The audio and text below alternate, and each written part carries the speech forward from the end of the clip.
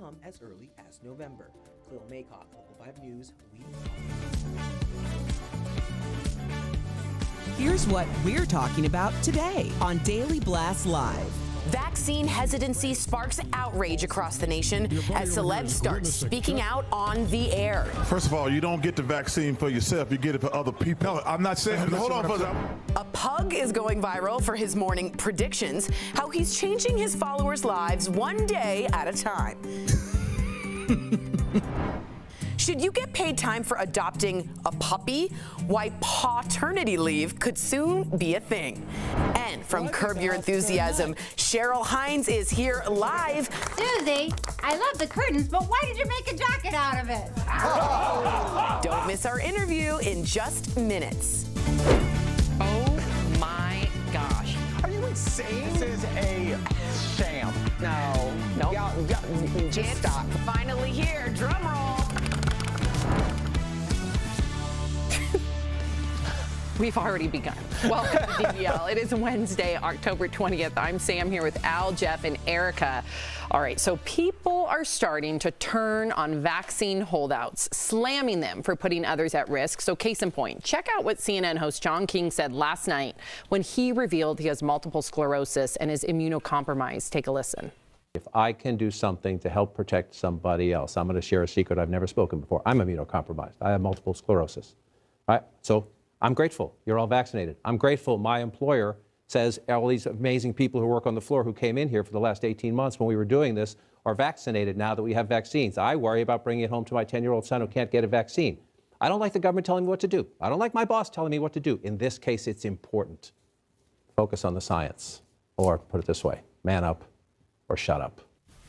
Wow, here's another recent example. Listen to what Charles Barkley said on TNT about Kyrie Irving, who is not allowed to play for the Brooklyn Nets because he will not get the vaccine. You don't get vaccinated just for yourself.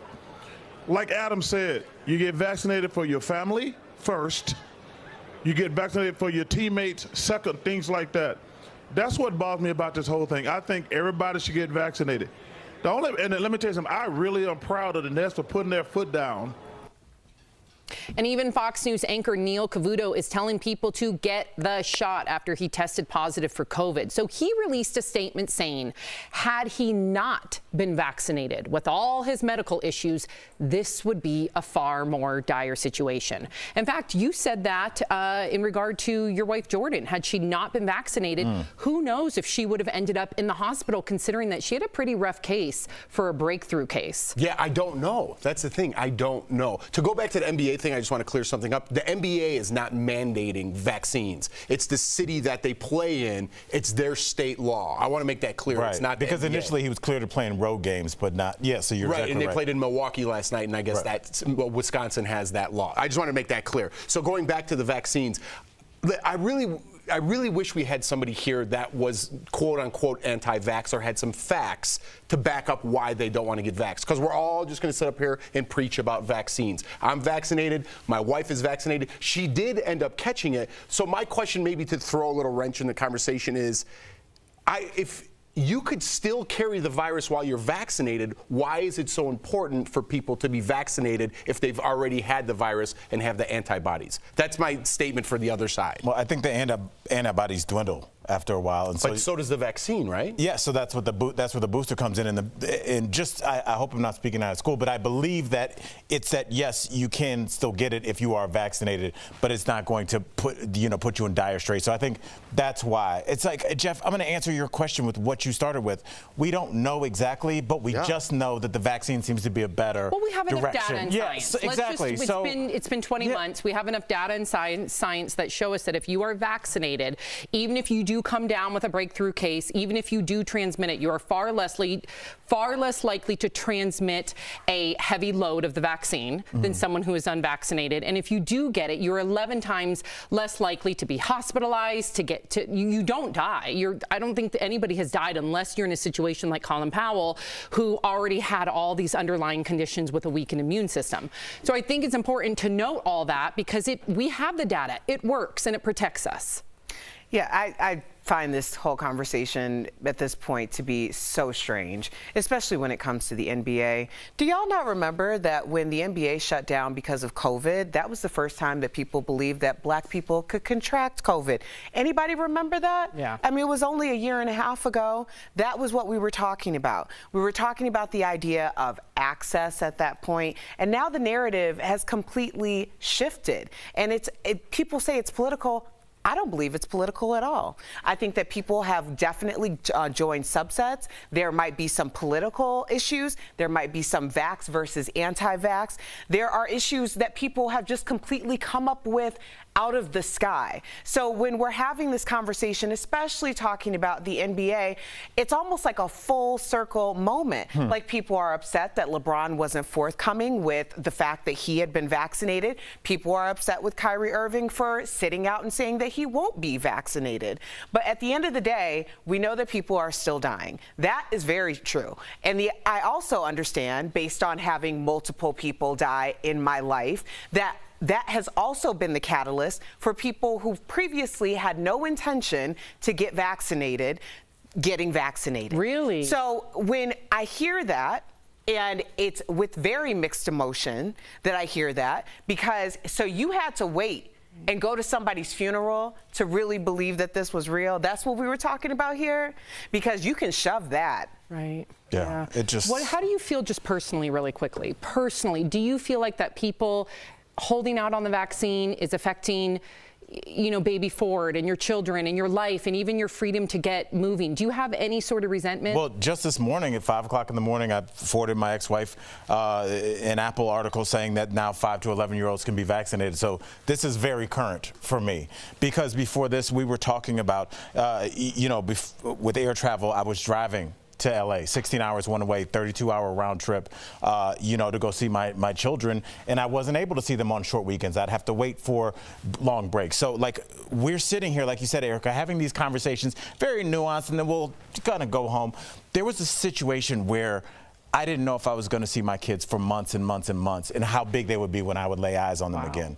So the fact that we're able to sit up here and throw away vaccines that are unused, it sickens me, honestly. And I feel like this country, the privilege to sit up and play around while we watch India and Brazil, it just literally populations on fire, must be nice. What must the rest of the world look at us like? We throw away our vaccines and then argue on Facebook with our niece. Right. It's wow. Wow. We'll be right back. Closed captioning provided by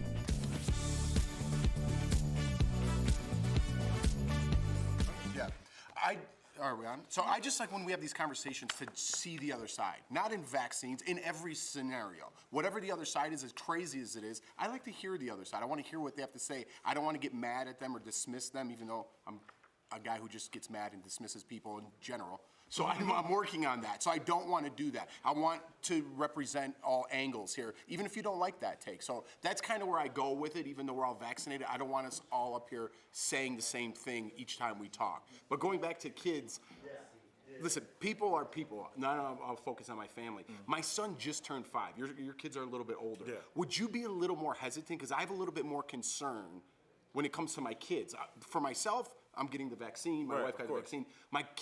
My son just turned 5, last week. There's a little concern in me with the children. I think for me it's different because, I was pre-med, so a lot of my friends are doctors, but I saw the process. Not just oh, he's a doctor. I've seen these people study from freshman year, then take 2 years to do research, go through medical school, go through residency, go through rotations. I realized what these doctors do. Yes. So they're more experts on anything than your mechanic or me as a comic. They've got more experience. So, I when they say it's okay, I have to trust that because I can't think of anybody more that's done more research. No different than if I say, hey, you need anti-lock brakes on your new truck.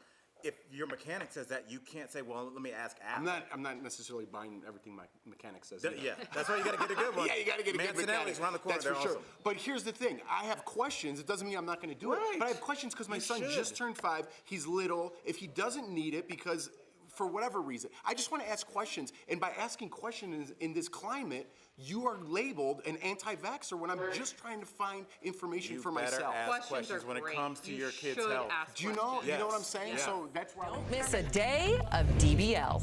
I am here to receive said gift. Bold debates. Come on now. Enough. Get real. It blows my mind. Hot celebs. Happy 5th anniversary. Love a suit, by the way. Thank you. Seriously, Al, give her a break.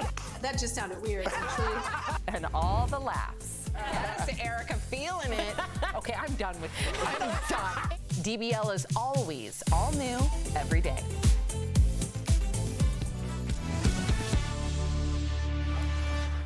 Welcome back to DBL. We've all heard of maternity and paternity leave that some people get to take care of their newborns, but what about paternity leave? You know, if you get a new puppy. Well, a British CEO went viral over a LinkedIn post asking people whether he should grant an employee's request to go on leave to take care of their new dog. Well, 61% of people thought he should not grant the request. But DBL Nation, we always want to hear what you think. Should employers offer paternity leave? Yes or no? I'm going to monitor your comments and then also go to dblvote.com to weigh in. I have thoughts. Okay, let's hear them. All right, here's my thoughts, and I want to throw this at y'all. Okay, I say absolutely offer paternity leave. Absolutely. So if you ask for that and I'm your boss, I say 100%. Take as much time. As much time? As much time as you need. But if you take it, you have to know that you are no longer a serious employee here. Like you're not up. There's no promotion. I can't look at you the same, but you will not lose your job. You just understand if you take paternity, I cannot take you seriously, and neither can any of your coworkers. Do you take this seriously? Is that a good deal? I'm just wondering how many days we talking about here. Let's say 6 weeks? I'm really wondering how many days are we talking? Like if it's like, can I get a couple days? I need to get this situation acclimated, whatever. I don't think that's too much to ask. Erica, I'm coming into your company as an employee. You're with it? I need 2 weeks. Can I get 2 weeks from Cobb Enterprises? I feel like 2 weeks is excessive, but I think if you got the puppy on a Friday after work and you need it Monday and Tuesday, I would be happy to grant you Monday and Tuesday. I first think we need to make sure that there's mandated family leave, maternity leave. I think that's number one, to make sure that women get ample amount of time to bond with their babies, and men, the fathers, get ample amount of time to bond with their babies too. So that should be number one on the list. There should be a hierarchy here. But if I'm with Erica, if I'm not saying a week, 2 weeks. You have your own company, so let's talk. Yes. If I had an employee come up to me and said, I just got a new dog, I need 2 days to help acclimate the dog. What about a week? I would say 3 days. I would compromise. Okay, that's honest. Yes, I would still into the mix here? Yes. I had a human child, and I got 4 days off. Mm-hmm. Well, you chose to take the 4 days off. That's different. You could have taken more time here. This is insulting and ridiculous where we're at in the world by saying I need time off because I had a puppy. It's a dog. Okay? Don't let your dog eat at the restaurant off the plate these are dogs. I had a human child and I had 4 days off. Get away from me with this paternity leave, you weirdo. I would fire that person. Erica and I were at a restaurant where there was a dog eating at the table. How grossed out were you? Bert was there too. Yes, it was. The dog was a fancy restaurant. At the table. In the chair. Like in the chair. Off of like fine china. It was. I've been to those too. I just remember looking at it and being like, Bert. And it was a big poodle. Yo. It was like 90 pounds. I mean, yes. It was like a dude. Vote. 61% of you say no. That's about right. 39% of America is insane. So Coming up on DBL, Cheryl Hines is here live. There she is. Do not go anywhere. Our interview is 2 minutes away. 30.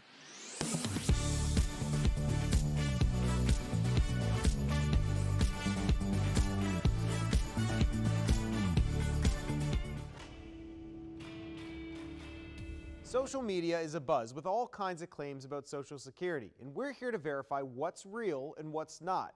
This one isn't new, but it's getting new attention, that Social Security will run out of money in 12 years. Let's break down whether that's true or false with the help of our Verify experts.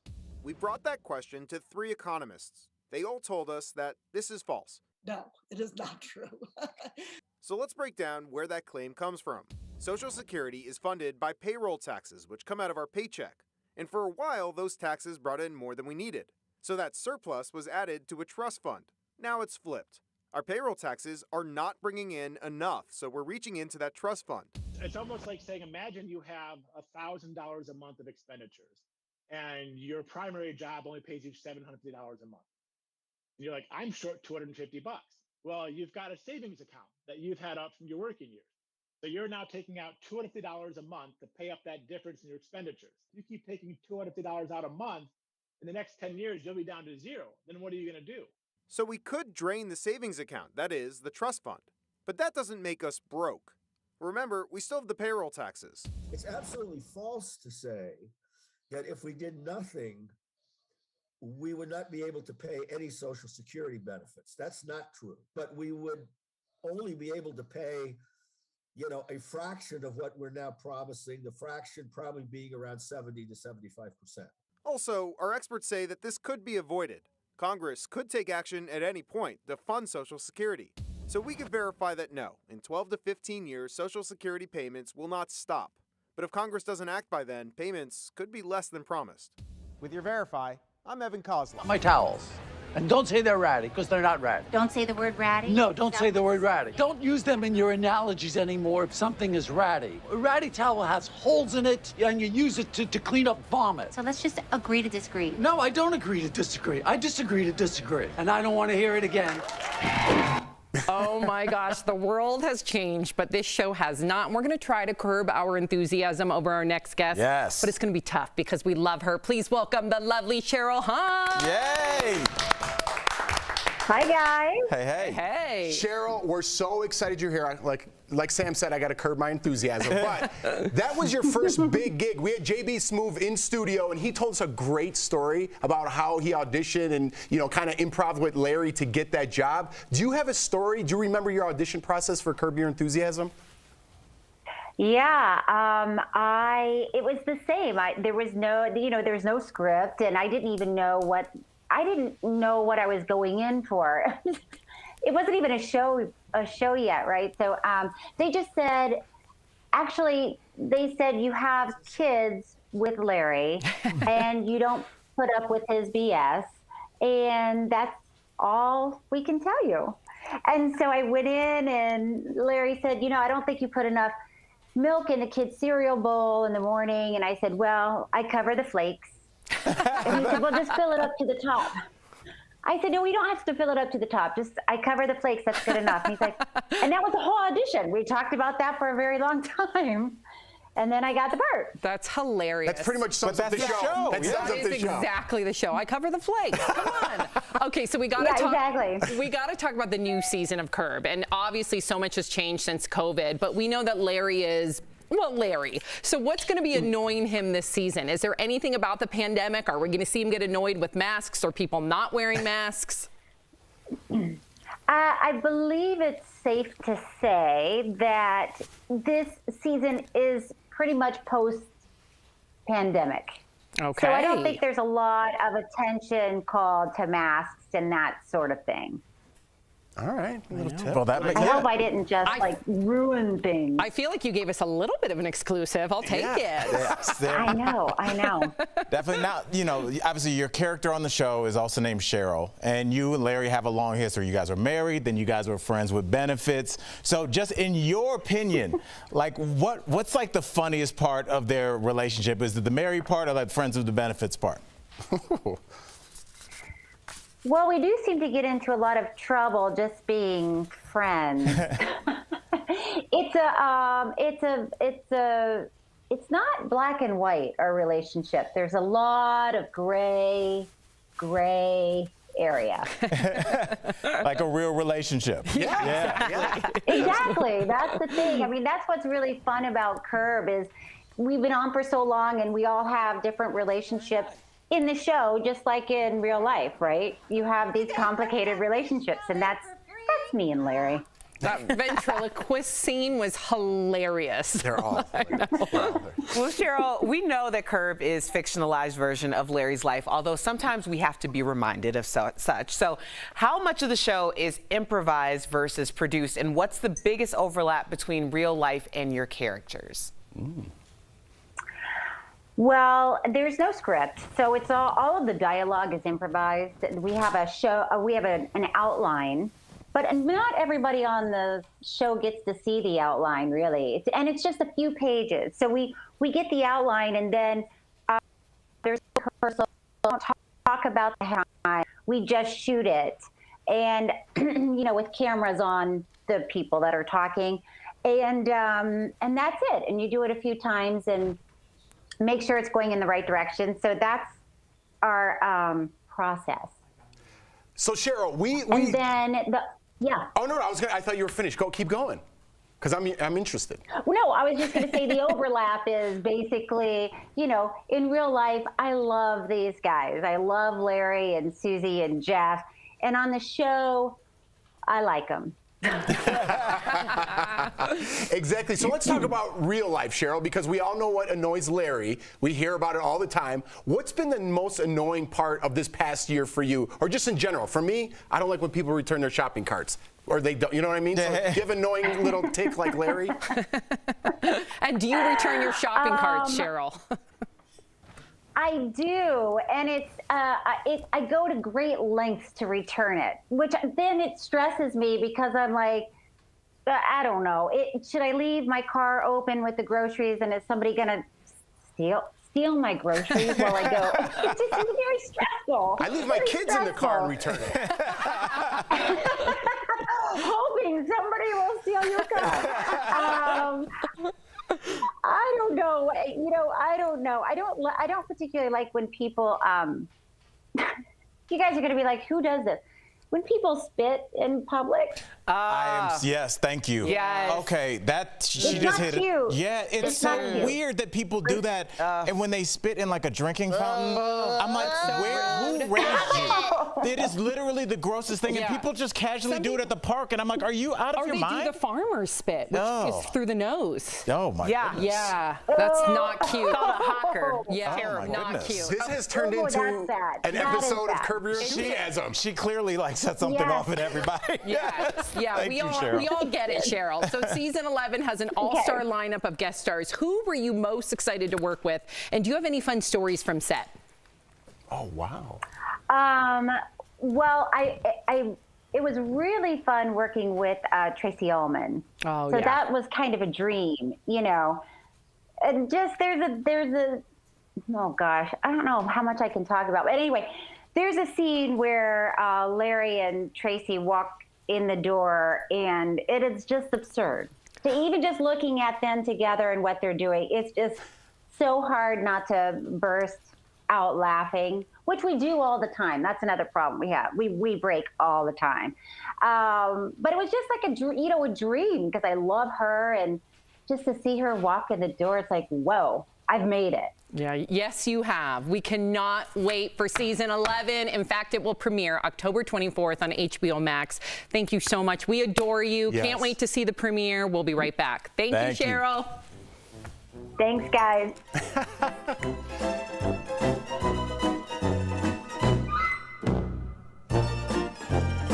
Promotional consideration is brought to you by We need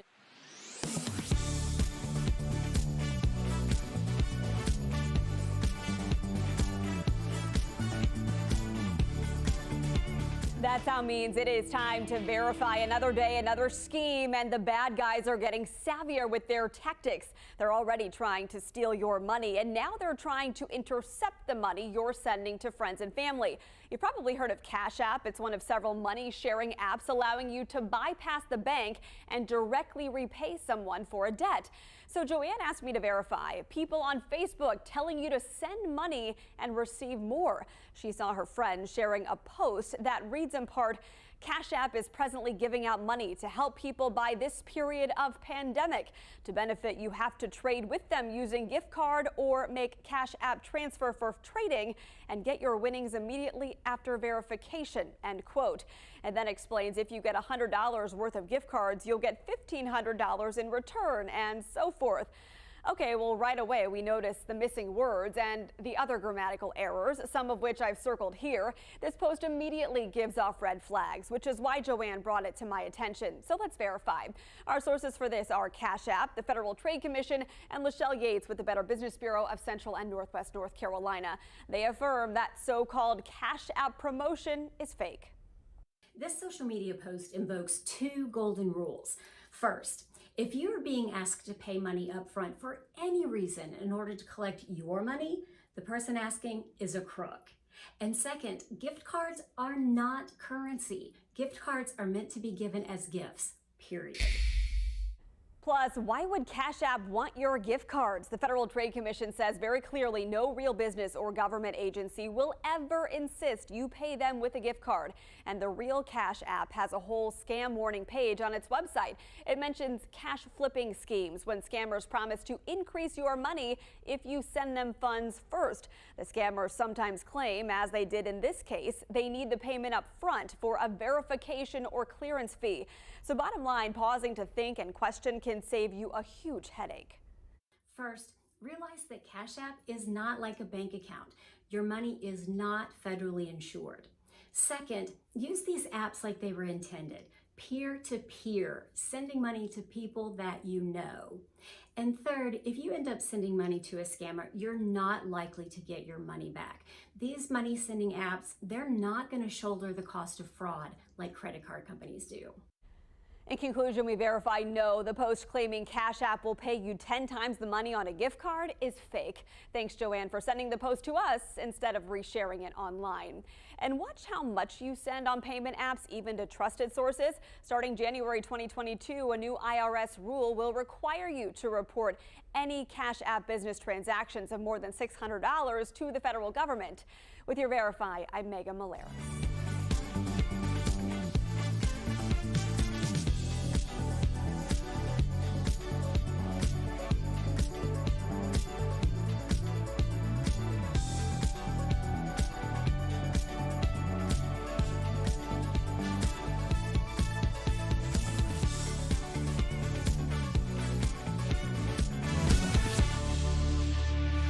Welcome back to DBL. You guys gotta meet Noodle. Al loves this story. A 13-year-old pug who has become a viral phenomenon. Noodle's owner posts videos every day predicting what type of day it's going to be based on if Noodle stands or plops back down in his doggy bed. Take a look. The game where we find out if my 13-year-old pug woke up with bones. And as a result, we'll find out what kind of day we're going to have.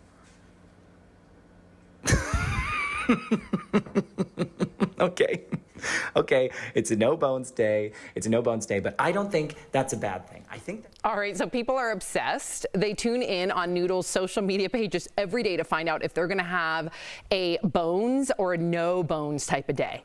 What do you love about this? This is one of the things, something I normally wouldn't like, but Erica, you're making a face. I really do. I really feel like if it's a bones day, it gives me like a little bit more mojo to tackle my day. That's called manifestation. Just first of all, the man who said that he would never take someone seriously for asking for paternity leave, I still stand by that. Is now talking about noodles. I love can this, talk about but dogs. The first time this happens with your dog, my dog's 14, it is terrifying. So be warned, people. Just be warned. We'll be right back.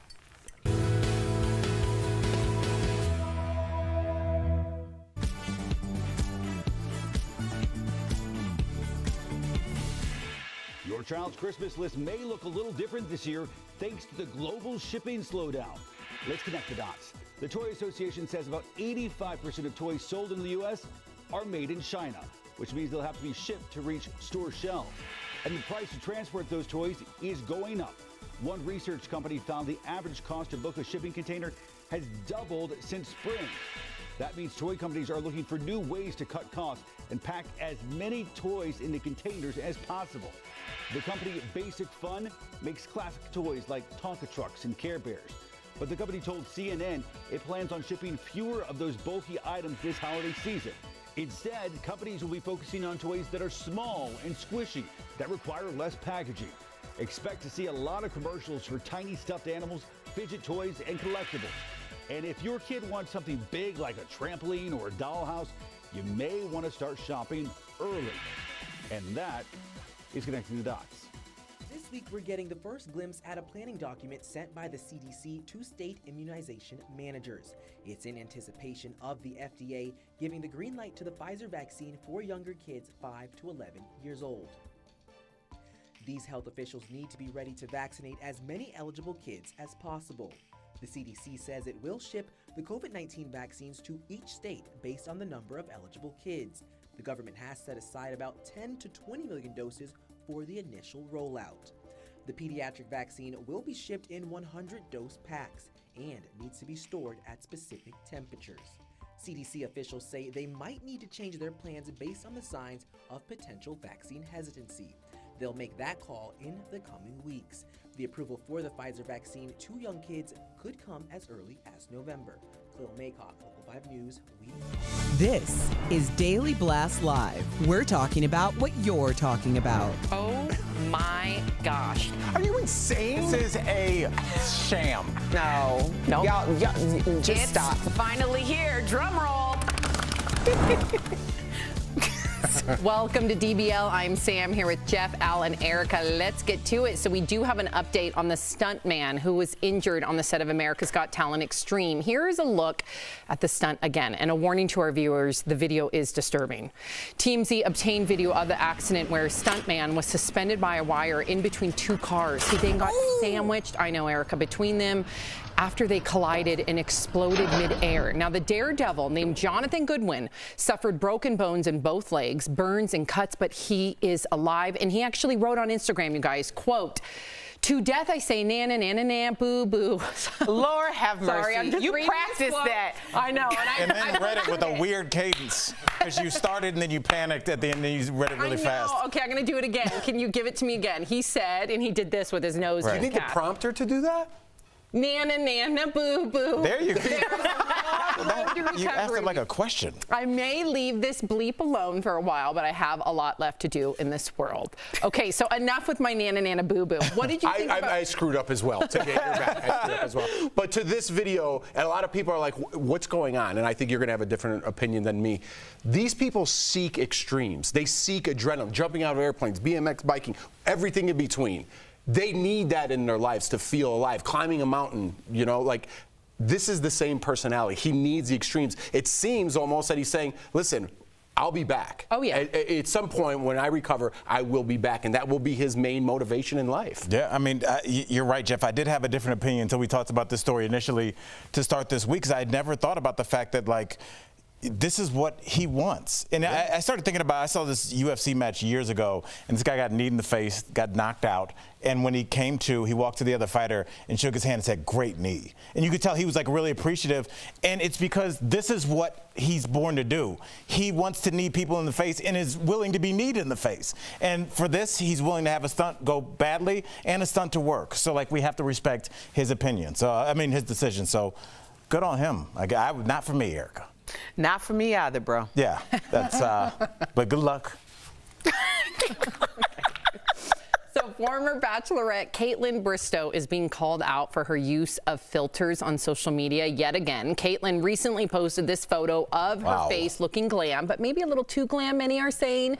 Many of her fans accused her of over-filtering her face, with one writing, quote, "These Instagram filters really are ridiculous and contribute to body dysmorphia." Caitlin isn't alone. Khloe Kardashian also came under fire for posting this heavily filtered photo on social media. Now a British influencer and makeup artist is campaigning for people to stop using filters by regularly posting photos and videos showing her face filtered and then also without the filters to show the difference. Erica, do you think this is going too far? No. I really, this bothers me. And the reason why I understand, and I don't have kids, but I do understand that there are issues involving, like, you know, self-esteem and what's real and what's not real. But we don't put this type of energy when it comes to financial mental health. And you literally have people posing with cars that they don't own, may never own, in places that they can't afford to be in, contriving all of these images that they don't have the money or any financial background in order to actually have, but they are showing it to be theirs on social media. We're not up in arms about that. So why are we up in arms about what this girl's doing to her face? Yeah, it's dangerous is what it is. And I think, at least me as a parent, I'm going to have a talk with my kids to say this world is not real. This world does not exist. What they're portraying, like Erica said, that's not theirs. Their great day that they're having, they're really broken inside. The people writing the hurtful comments and private messages, those are the most hurtful people. Those were the people that were bullied at one point in their lives. Now they're the bullies. Yeah. So we have to teach our kids, or at least in school, have some sort of education program. If we're not going to fix social media itself, we have to at least give our kids a heads up of what's coming. See, I wonder what we mean when we say fix social media, because we start talking about social media like when I say it's just individualize it. Make sure what you're writing is your own. That's what I'm sure but everyone I has feel their like own idea. social media is more like our collective conscious. Like when we're dealing with COVID, I'm sure most of the tweets are about COVID because that's what everybody's talking about. When you start talking about social media and filters, I think we're looking at it from the perspective of us looking at the filtered picture, but not the reason that the person is filtering the picture.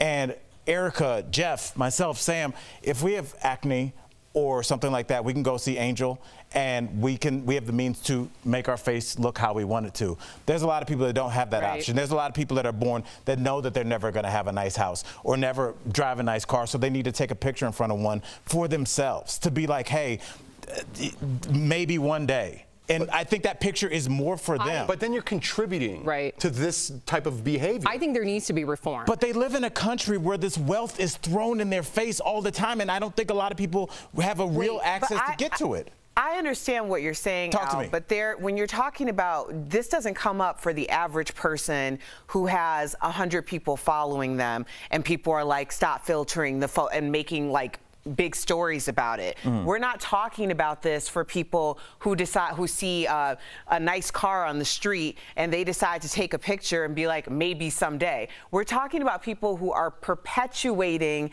that this is life and don't have that 360 view of everything that it takes to have that life. So I don't think there's anything wrong with, I mean, heck, I just took a video outside of the Drake Hotel.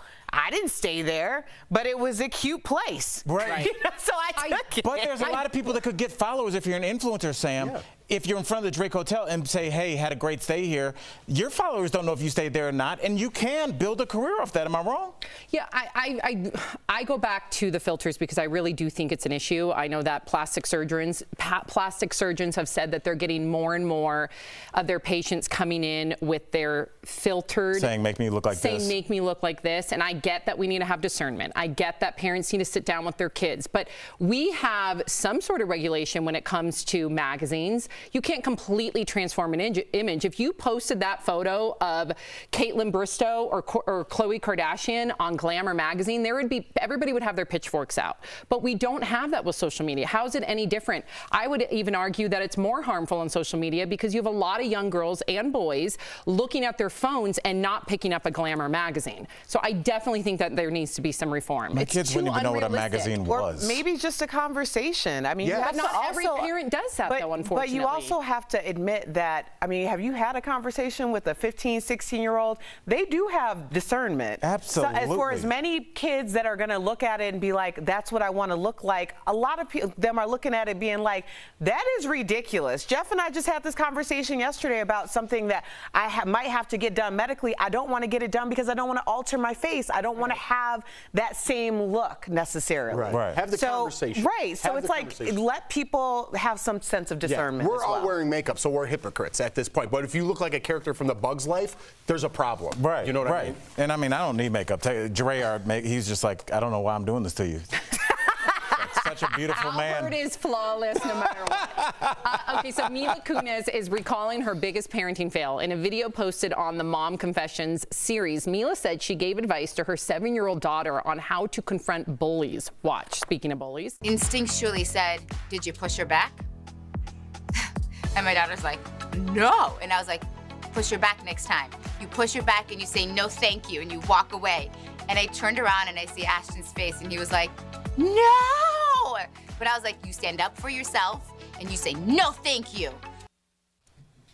I just had this conversation with Sophie because how'd it go? What was it about? Somebody pinched her at school, and she told me it made her really sad. And I said, well, what did you do?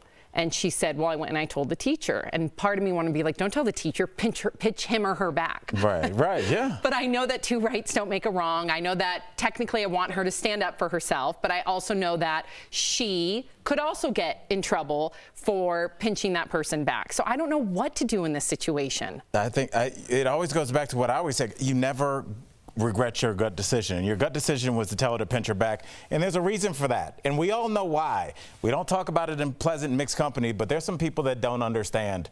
Please don't do that. That's making me uncomfortable. There are people that only understand one way to be communicated with, and that's not ideal, but usually they start coming around this age, bullying age, and you need to let that bully know that if you come over here, there's going to be a problem. Because if you don't, they're going to come back every day. And I wish it was different. I taught middle school for 5 years. I saw bullies every single day. I know how that dynamic works. And unfortunately, this is what it is, Jeff. I wish I was wrong. What do you tell Lawson?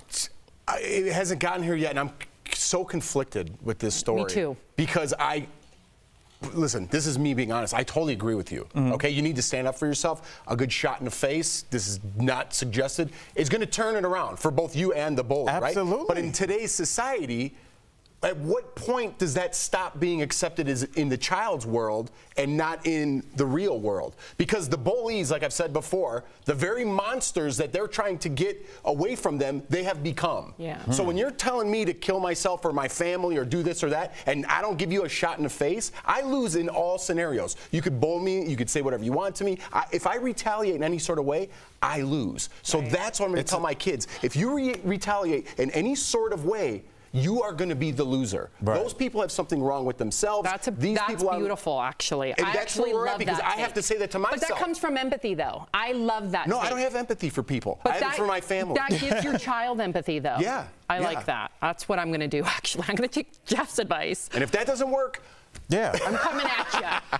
Okay, right so in the cafeteria. A woman is going viral on TikTok for showing the dark side of being a Disney princess. Really? Sarah Daniels spent 12 years as a Disney cast member and posted videos that dish on everything from the low pay to getting hit on by creepy dads while in character. No, take a look.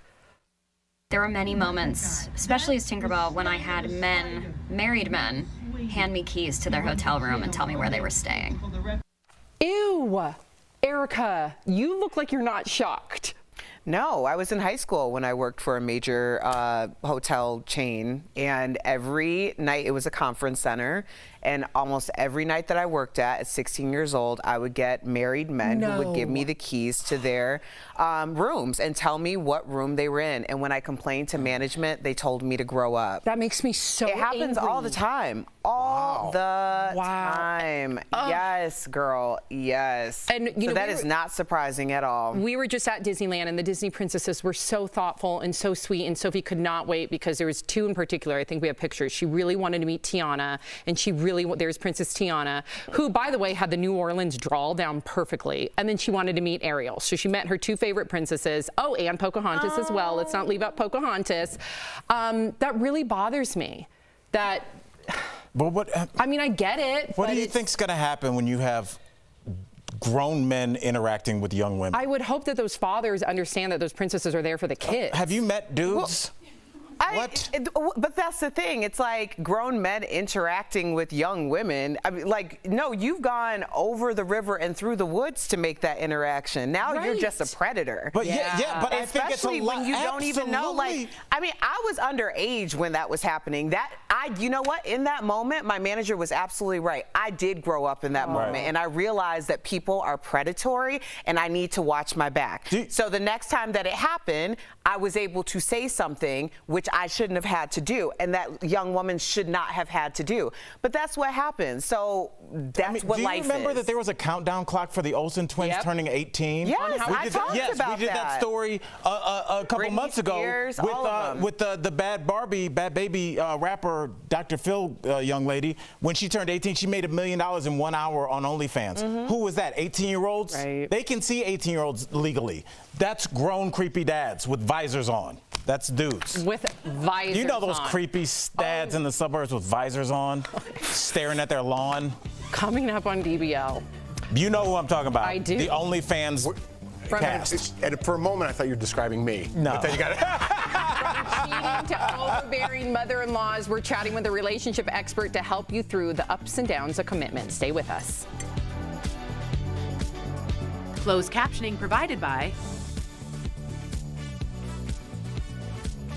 I just asked Erica if she ever, did you ever disclose to these disgusting, creepy men that you were, in fact, 15, 16 years old? And did that change their approach? So the first time that it happened a few times already, and there was a time the guy was so aggressive about it. And keep in mind, too, I wasn't even serving alcohol because I couldn't serve alcohol. All I was responsible for doing was bringing soft drinks, water, like any non-alcoholic beverages, and then bussing the tables because it was a buffet. So when I went to my manager and I told him what was happening, he's like, you need to grow up. Like, you're an adult. I said, I'm 16 years old. So when I realized that it wasn't going to matter, like no one was going to protect me, then I would start to say things, and I would say it really low at first, and then I would get a little louder. What would you say? Do you mind telling us? I can't say it on the air, but I would say Good something. for you. And then if they got an attitude with me, I would say it a little louder Good for so you. that at least a couple people at the table. And if they said something back, I would say it loud enough so everybody else could hear it. Good for you. Because what ended up happening, and I didn't know this as 16 years old, was that my manager absolutely should have protected me in that situation. And by me being loud about it, then it forced him to fix the situation. But he wasn't going to do that without being embarrassed. So I think the it was a thing, tough lesson to learn. Erica, but how many young women are like you though? Like I think about that Jeffrey Epstein story, and he was being a predator to 16-year-old girls in Palm Beach who didn't have financial means. And I feel like those are the young women that are exploited, the 15-year-old girls that don't have any money, and some guy's like, hey, I'll give you $500 to come to this party. How many people will do that? $500 to a It's shocking to me. It's like when Erica said that. Vulnerable kids. No. I Thank you. Things like that,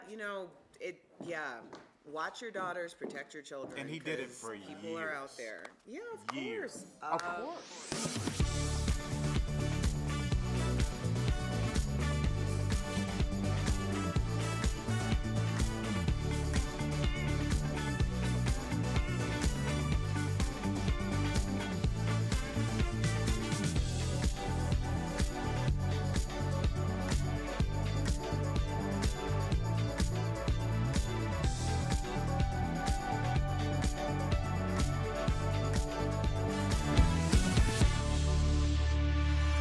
Welcome back to DBL. What if your family doesn't approve of your spouse? Can you mend a broken bridge? Well, relationship coach Tracy McMillan says you can. And to prove it, she's putting newly engaged couples and their disapproving families together under one roof. Earlier, we caught up with her in today's DBL Spotlight.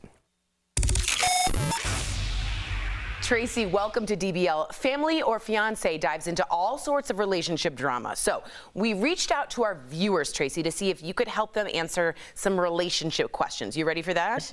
Okay, good. Here we go. First up, we got Miss Gwen. She says, Tracy, I'm engaged now, but when our relationship started, I was the other woman. Does our relationship stand a chance? I mean, yes, it does, but you're going to have to know that there's probably going to be a grief process with your fiance's family. So oftentimes when there's been a divorce, they have to let go of the old version of the family that included probably somebody, the ex-wife, somebody they were connected to and loved very much. So if you can be heart open around that and compassionate toward their grief process, that will open the door for them to accept you. Wow. That's great so advice. well said.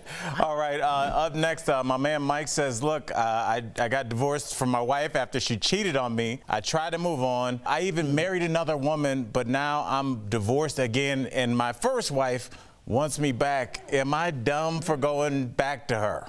Well, I wouldn't say that you are dumb, Mike. What I would say is there's probably some insecure attachment wound that you need to address before you go all the way back into this other relationship. So when people have like a lot of broken or dysfunctional relationships in a row, it usually means that the way you bond with other people isn't like, it's insecure as opposed to secure. So You could just go do another round of that insecure cycle with your first wife. Then it sounds like you did it with your second wife, and you could go back and do it again. Or you can go to therapy and start dealing with your own attachment wound, because then you will form a different kind of relationship. Without doing work, unless she's done tons of work and you've done tons of work, it'll just be the same relationship all over again. We are sooner or pro later. therapy over here. So when you said that, that was our yes. That's our gospel here. Ooh, child. Well, lastly, Meredith says, my fiance's mother has her heart set on a traditional Catholic wedding. I always dreamed of a non-traditional ceremony. Should I give in to his mother's wishes or stand my ground? Well, I would ask you, what ground are you standing? Like, what is so important about not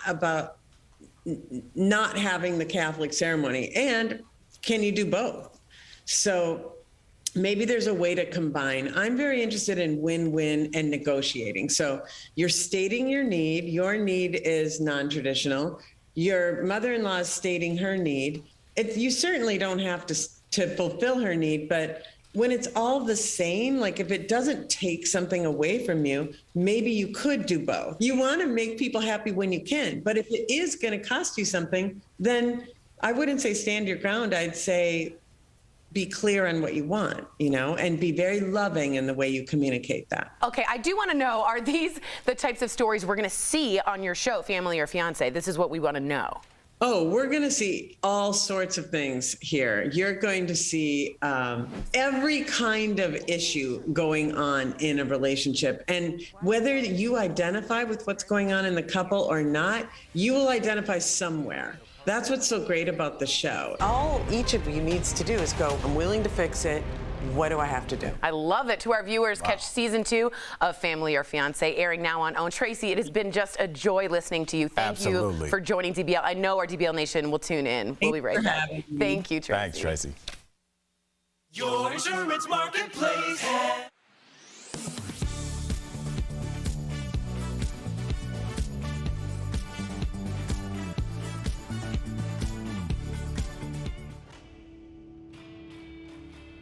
Social media is abuzz with all kinds of claims about Social Security, and we're here to verify what's real and what's not. This one isn't new, but it's getting new attention, that Social Security will run out of money in 12 years. Let's break down whether that's true or false with the help of our Verify experts. We brought that question to 3 economists. They all told us that this is false. No, it is not true. So let's break down where that claim comes from. Social Security is funded by payroll taxes, which come out of our paycheck. And for a while, those taxes brought in more than we needed. So that surplus was added to a trust fund. Now it's flipped. Our payroll taxes are not bringing in enough, so we're reaching into that trust fund. It's almost like saying, imagine you have $1,000 a month of expenditures, and your primary job only pays you $750 a month. And you're like, I'm short $250. Well, you've got a savings account that you've had up from your working years. So you're now taking out $250 a month to pay up that difference in your expenditures. You keep taking $250 out a month, in the next 10 years, you'll be down to zero. Then what are you going to do? So we could drain the savings account, that is, the trust fund. But that doesn't make us broke. Remember, we still have the payroll taxes. It's absolutely false to say that if we did nothing, we would not be able to pay any Social Security benefits. That's not true. But we would only be able to pay a fraction of what we're now promising, the fraction probably being around 70 to 75%. Also, our experts say that this could be avoided. Congress could take action at any point to fund Social Security.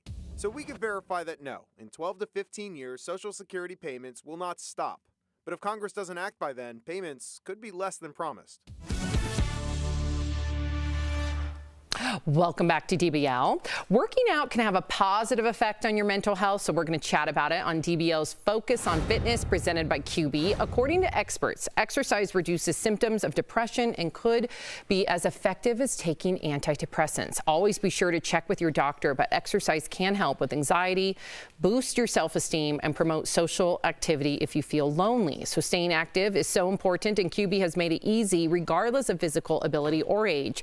Try their under-desk elliptical at home. Call 1-800-556-2089 or visit QB.com to learn more. We'll be right back. Promotional consideration is brought to you by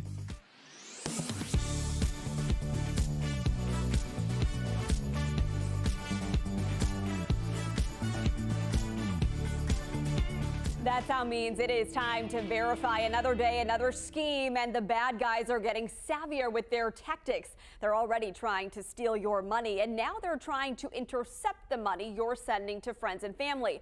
You've probably heard of Cash App. It's one of several money-sharing apps allowing you to bypass the bank and directly repay someone for a debt. So Joanne asked me to verify people on Facebook telling you to send money and receive more. She saw her friend sharing a post that reads in part, Cash App is presently giving out money to help people by this period of pandemic. To benefit, you have to trade with them using gift card or make Cash App transfer for trading and get your winnings immediately after verification, end quote. And then explains if you get $100 worth of gift cards, you'll get $1,500 in return and so forth. Okay, well, right away we noticed the missing words and the other grammatical errors, some of which I've circled here. This post immediately gives off red flags, which is why Joanne brought it to my attention. So let's verify. Our sources for this are Cash App, the Federal Trade Commission, and Lachelle Yates with the Better Business Bureau of Central and Northwest North Carolina. They affirm that so-called Cash App promotion is fake. This social media post invokes two golden rules. First, if you are being asked to pay money up front for any reason in order to collect your money, the person asking is a crook. And second, gift cards are not currency. Gift cards are meant to be given as gifts, period. Plus, why would Cash App want your gift cards? The Federal Trade Commission says very clearly no real business or government agency will ever insist you pay them with a gift card. And the Real Cash App has a whole scam warning page on its website. It mentions cash flipping schemes when scammers promise to increase your money if you send them funds first. The scammers sometimes claim, as they did in this case, they need the payment up front for a verification or clearance fee. So bottom line, pausing to think and question can save you a huge headache. First, realize that Cash App is not like a bank account. Your money is not federally insured. Second, use these apps like they were intended, peer-to-peer, sending money to people that you know. And third, if you end up sending money to a scammer, you're not likely to get your money back. These money sending apps, they're not going to shoulder the cost of fraud like credit card companies do. In conclusion, we verify no, the post claiming Cash App will pay you 10 times the money on a gift card is fake. Thanks, Joanne, for sending the post to us instead of resharing it online. And watch how much you send on payment apps, even to trusted sources. Starting January 2022, a new IRS rule will require you to report any Cash App business transactions of more than $600 to the federal government. With your Verify, I'm Megan Malaris.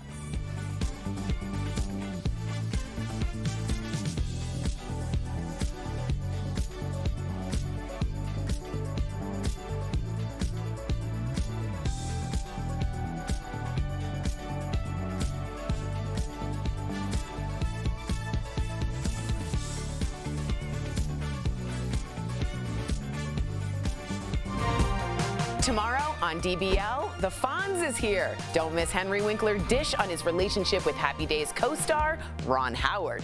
And Hollywood trainer Gunnar Peterson is live. The insider tips he gives his celebrity clients on staying fit at home. That's tomorrow on DBL. I can't wait for the Fonz. Were you guys Happy Days fans? Yeah. I don't think he did it that way. What did he do? It was more like, hey. No. No. No. Try it one more time. Maybe we should have thought about this before we came on the air with it. We had to kill 10 seconds. We did it. Well, just stand just with the thumbs up. Oh, my God.